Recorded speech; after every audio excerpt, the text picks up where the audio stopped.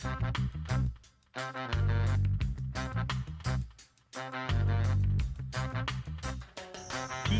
Scorpio. I'm psyched to check this one out today. I gotta be honest, I am a huge British boat fan. I love the style, huge fan of Valley, especially a huge fan of P&H. So this one we have today is actually a Mark 1 LV. Mark 1 because there is a new edition of this boat out. This is actually the older style, and they have made some significant changes, and I'll say even improvements to this boat. An LV, because the boat does come in two sizes. This is the smaller of the two sizes, LV, low volume, as opposed to the MV, medium volume. So the LV boat, 16 feet 7 inches long. It is 21 inches wide. So nice and narrow, fairly good size. The MV goes to a 24-inch beam and does add a little length. Let's take a look at what we got topside on this boat. So the way that P&H set this up, it's a 4-hatch deal, kind of a standard bow hatch, and then they put on this smaller, easy to grab day hatch, a rear day hatch, and then this big Mondo kayak sport rear hatch. Pretty typical bungee outfitting. They do put this nice little notch back there beside the seat or behind the seat in case you're doing a lock paddle entry. You can push your paddle up against that little notch when you're getting in and out of the boat. Let's take a look at the seat here. It's got the typical P&H seat, which is really right out of the Whitewater Piranha kit.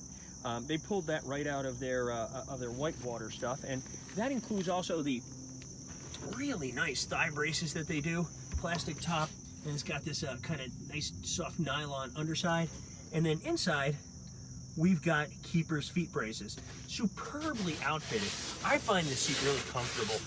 I really like what they've done here by using that, kind of locked in Whitewater. The nice thing also about their seating, it's got a pretty decent sized back band, comfortable, but not too high. And the nice thing about that is for rolls or when you're throwing on your spray skirt, it's great, but it does give you a nice bit of support. I think they've done a great job with the seat. Definitely one of the highlights of the P&H setup.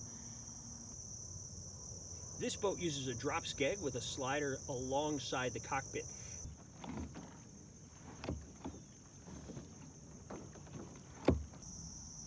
Now the whole material is the P&H core light. So you can see it's an orange outside here with a hard material, and then inside they coat it with more of a honeycomb style. And what you get is a very, very rigid hull, but it also tends to be pretty light. So I don't know if I can go so far as to say this boat is light, but compared to comparable boats, it probably does drop a few pounds.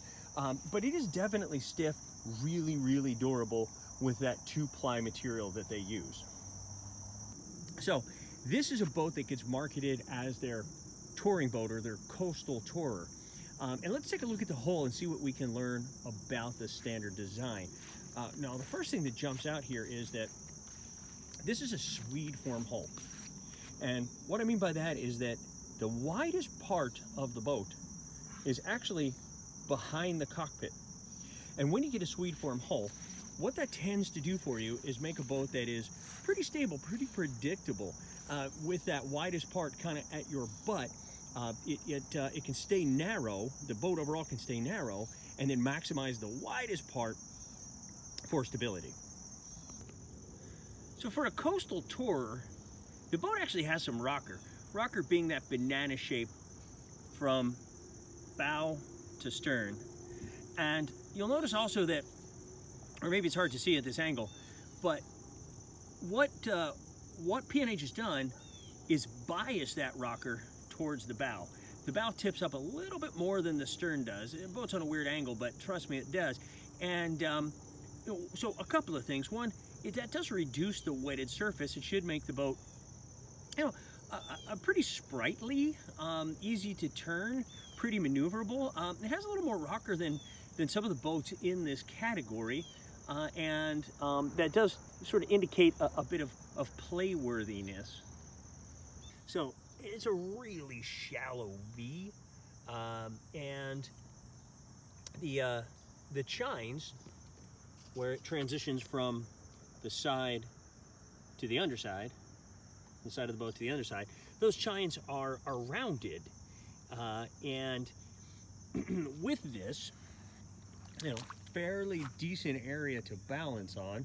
And then we've got those, pretty aggressive chines, which should give us the ability to carve a little bit. Our entry bow, exactly what you'd expect from P&H. It's got that knife bow, very British. And then we come to the stern, they carry out that stern just a little bit to give it some directional stability.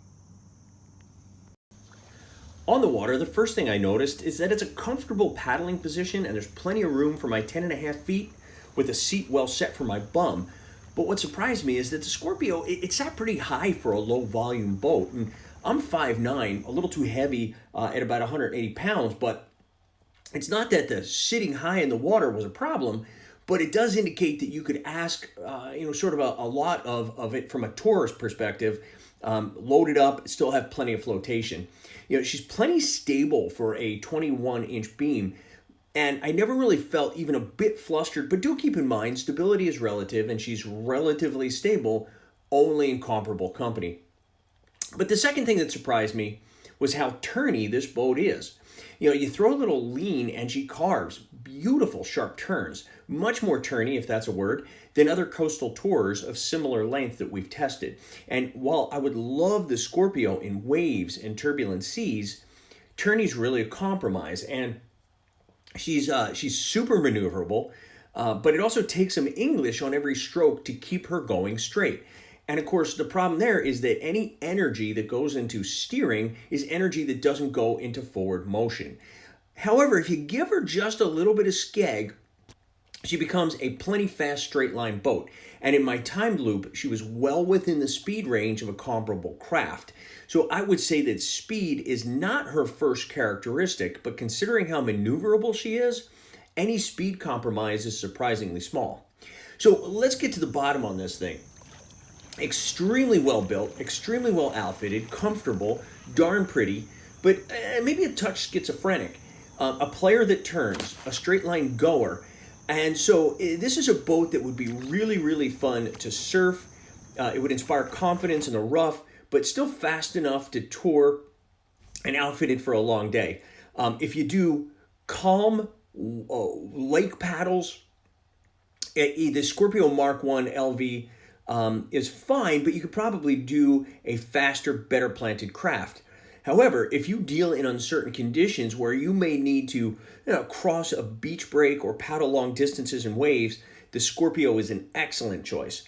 Also, keep in mind that this is a Mark 1 boat, and I've heard that the Mark 2 is a little less turny, a little more straight line fast, while still retaining some of that rough water seaworthiness. And of course, that Mark 2 has the cool new scudder, which is a rudder and skeg combination, so definitely check that out. Hey, thanks for being with us today at boatsandbikes.com.